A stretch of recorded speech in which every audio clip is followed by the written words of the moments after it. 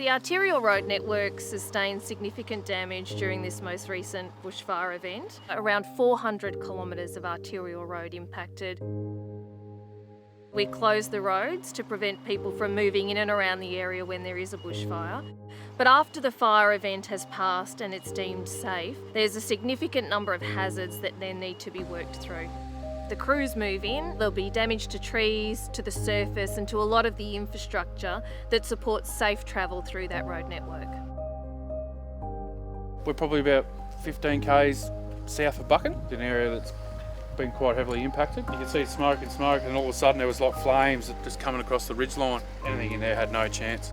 We had some crews in here working for 4 days to get this section of road up to a standard where it can be used by the public again. This is Gillanderby Road. In the last couple of days it received up to 50 mils of rain within half an hour.